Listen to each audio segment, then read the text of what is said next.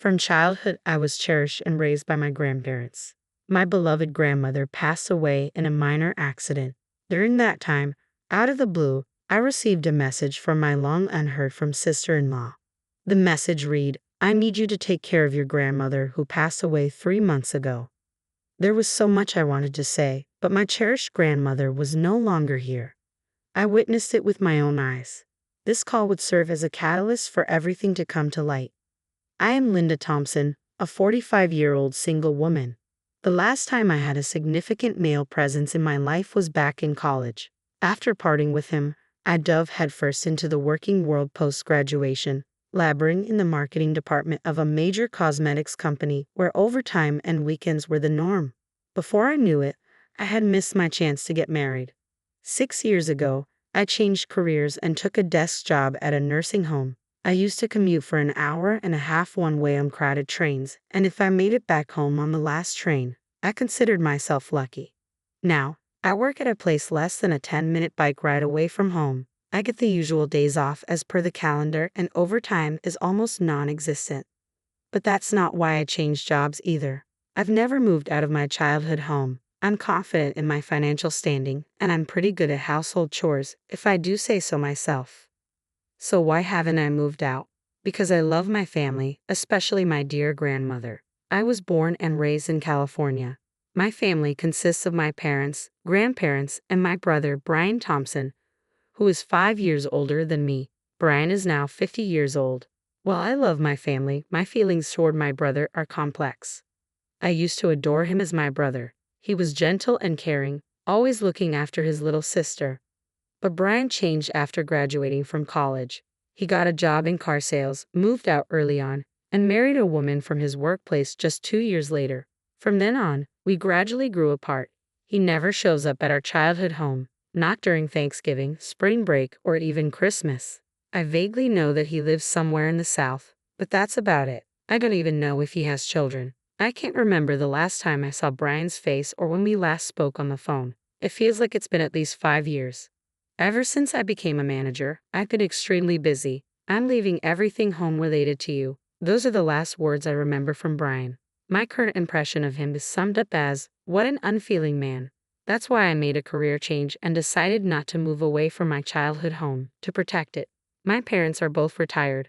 My grandfather, now 93 years old, suffered a stroke a few years ago. Although he recovered, he requires constant care and can't live independently. Currently, my parents are taking care of him. And then there's my grandmother, Betty Thompson, aged 92, my dearly beloved Grandma Betty. In our house, both of my parents worked, so it was my grandparents who took care of my siblings and me when we were little, especially Grandma Betty. She taught me everything I needed to survive. These days, she can't get out much, but she's lively enough to walk around the house freely. That's why I decided to change my job to work in a nursing home so that I could be there for her if anything happened. One particular day, as I was getting ready to leave the house, I called out, "I'm off to work." Grandma Betty called from behind me, "Linda, you forgot something." "Huh?" "I didn't forget anything," I replied. She handed me a few black licorice candies, saying, "Here, have some hard candies." "Oh right, thanks," I said with a smile. Licorice has always been a favorite of both Grandma Betty and mine. I put them in my suit pocket and left the house with a smile. Then tragedy struck. Or maybe it's called a tragedy because it happened so suddenly, but that doesn't matter now. Grandma Betty had a severe accident. According to my father, after hanging laundry on the balcony upstairs as usual, she missed the step on the stairs and fell. It was something we always feared. We always told her to leave the laundry to Mom and Dad, that the stairs were dangerous and not to go upstairs. But Grandma Betty, like me, was stubborn. She believed in doing what she could do by herself. No one is to blame. It was just an unfortunate accident that could have happened at any time. Everything happened quickly after that. Grandma Betty, who had suffered complex fractures through her femur and pelvis, never made it home from the hospital. Just 4 months later, she passed away due to old age. Of course, I was sad, and I did cry. I cried and cried until I broke down. But I am an adult now, and now I am the breadwinner of this house. I don't have time to wallow in sorrow. Funeral, cremation, interment. I had to take care of everything. Grandma Betty was originally from the Midwest, and we don't have any close relatives to contact. We decided at a family meeting to have a funeral only with close family members. We had to invite my brother and his wife. I thought they would come without hesitation, but I was wrong. I couldn't reach them by phone or WhatsApp. I also sent an email but received no reply. I sent a text message as a last resort, and the reply came on the day of the cremation. I'm very busy overseas for work. Sorry, but I can make it. I'll send the money later, it said. I don't care about the money. Upon seeing the message, I found myself speaking out loud unintentionally. Could his job really be so important that he can't even make time to say goodbye to our grandma, who adored us so much? It's hard to accept. Into Grandma's casket, her makeup impeccably done, looking like she was just peacefully sleeping, we placed flowers and a photo of Grandpa, along with her favorite black candy. Something changed in my perception of my brother while doing this. From that moment, I started to despise him. Since then, the seasons have changed and it is now winter. For me, it doesn't matter whether it's spring, summer, autumn, or winter. I don't care if it's always winter or always summer. I've even considered quitting this job, but Grandpa is still alive. My parents will need care at some point too. I still need to earn a lot for that. With those thoughts, I was mechanically getting through my work during the lunch break on a weekday, my heart filled with emptiness. Then I got a call from an unexpected person. If it hadn't been registered, I wouldn't have answered. My smartphone displayed sister-in-law. She is Heather Thompson, 46 years old. She's my brother's wife. In other words, she's my sister-in-law. The only time we talked was briefly after their wedding. That's all I remember. Why would she be calling now? Maybe I should just ignore it, but the ringing wouldn't stop. With a sigh, I picked up the phone. Yes, this is Linda. Sorry to disturb you at work. This is Heather, Brian's wife. It's been a while, Heather said, her tone apologetic. All right. Despite being older and in a higher position, Heather had always been humble. When she married my brother, she made a point to greet my parents and me, even on Brian's behalf. Simply put, she's a good person. That's why I was puzzled as to why she was calling now. It's okay, but do you need something? I asked, trying not to sound too cold. It's difficult to bring this up, Heather hesitated before continuing. It's about Betty, your grandmother. What happened to my grandmother? I asked, my voice rising. We've been caring for her at my husband's request, but it's been over a month past the promised date. Could you possibly come to pick her up? What? I was taken aback. So, you've been taking care of Betty at your place. Wait a minute. I tried to make sense of it. Are you saying you've been looking after my grandmother, Betty, who passed away 3 months ago? The question sounded absurd, but Heather's response was just as bewildering. Yes, we've been taking care of Betty at our... Wait, she died 3 months ago. Heather's voice was filled with genuine surprise. Let's take a moment to calm down, I suggested, and Heather agreed. A few minutes later, after regaining my composure, I explained to Heather that my grandmother had indeed passed away. Heather's response was perplexing. She said, "We were told that your grandmother needed care and that she would be staying with us until arrangements were made at her home." Heather seemed equally confused, as she and Brian had been living with my grandmother, who was no longer alive. There were two possible conclusions. Either we were both telling the truth, or Brian was lying. I had suspected that Brian might be involved in some deceit, though I couldn't fathom why he would tell such an obvious lie that would unravel so quickly. Before I pursued this line of thought further, I had some immediate steps to take. I wanted to reach Brian right away, but his mobile phone seemed to be unreachable. I told Heather, "I haven't used my husband's cell phone either. He won't let me." Heather replied, "I don't have access to his phone either, but I might be able to reach him on my cell while he's at home." I added, "He's been working remotely more often lately. If I ask, he might be able to arrange a video call." Face-to-face communication would certainly be more effective, but there was a complication. I wasn't even sure where Brian and Heather were living. Heather explained, "We've been in Y City, California for over 10 years. It's close enough for us to visit your place, Linda." We agreed to arrange a video call with Brian on Heather's cell phone later that night and ended the call. We were left with mixed feelings, but at least Y City was nearby. How much deception could Brian possibly expect me to tolerate? The thought of having to care for a stranger's elderly woman just a few months after Grandma's death was outrageous. No, it was repugnant. When I got home, I called Brian on Heather's cell phone at the arranged time of 8 p.m.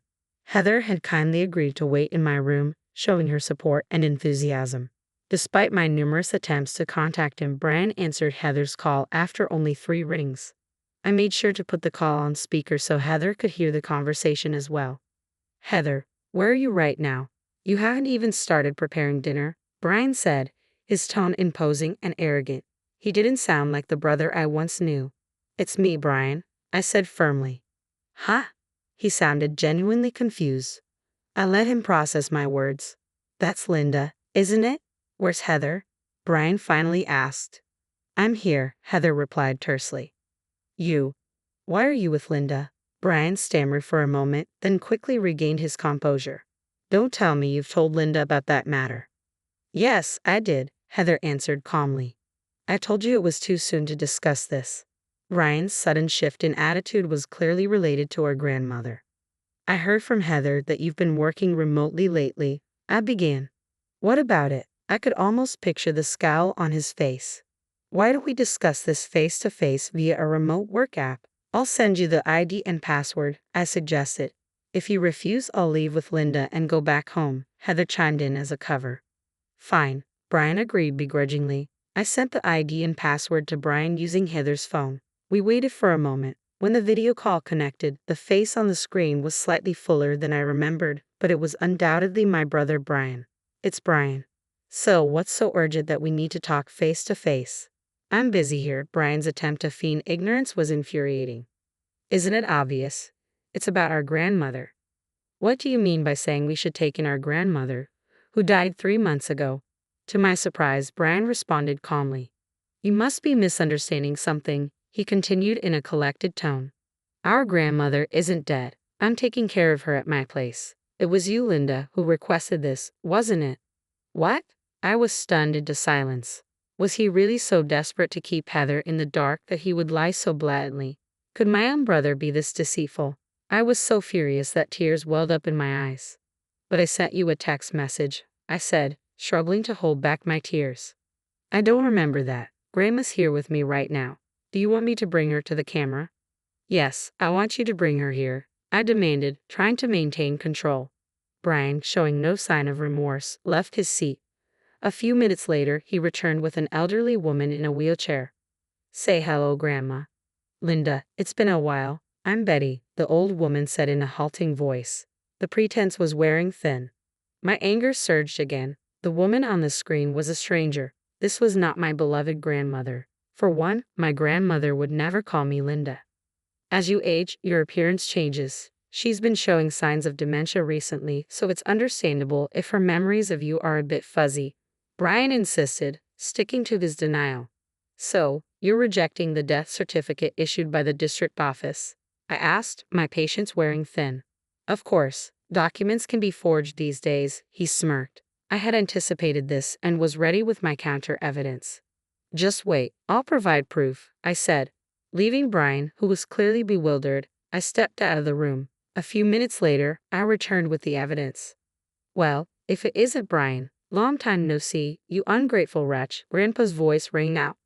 Grandpa, you were supposed to be bedridden. Brian's eyes widened in shock at the sudden appearance of my grandfather. I was ready to die at one point. Even now, I can go to the bathroom on my own, but my mind is as sharp as ever, Grandpa said. I've heard all about this from Linda. Are you saying that the woman next to you is my wife, Betty? Nonsense. Betty was much more beautiful. Cornered, Brian abruptly hung up the phone, likely trying to disconnect from the video call. Heather, who had been silent until now, finally spoke up. Are you running away, Brian? Heading to Catherine's place? I asked, watching as Brian's face turned pale, even through the computer screen. How do you know about that? Brian's voice wavered. I've suspected it for a while, I said, joined by Heather. Your grandmother has repeatedly mentioned Catherine. Catherine is neither my name nor my mother's. Well, Brian stammered. I had confirmed with Linda that she had no recollection of the name Catherine. For some time, I had suspected infidelity and hired a private detective to investigate. The findings were swift and conclusive. Photographs of Brian with his mistress, Catherine, who is in her late 20s and a subordinate at work. Confirmation that Brian's grandmother was Catherine's grandmother. And evidence that Brian was preparing to divorce Heather while planning to shift the burden of his grandmother's care to my family home. His plan was to eventually leave Heather without blame and remarry Catherine using every possible means. Heather's woman's intuition about Brian's affair led her to this discovery. Despite her demeanor, she proved to be incredibly astute and resourceful. Do you have anything to say for yourself? I asked Brian, my intent solely to hear his response. I'm truly sorry. Please forgive me. I didn't mean to deceive you, Heather, or you, Linda. I'll break up with Catherine, Brian said, bowing his head through the screen. Technology has certainly advanced, Grandpa said wryly. We can see your tearful face from afar. Fool, Grandpa continued. After using Betty and betraying my beloved granddaughter and daughter-in-law, I never want to see you again. This is the last time. Linda, you too, Brian said, addressing me. Well, the most authoritative person here is Grandpa.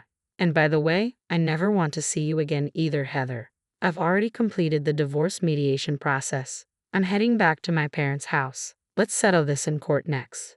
Well then, goodbye, big brother. With those words, I clicked the exit button on the video call.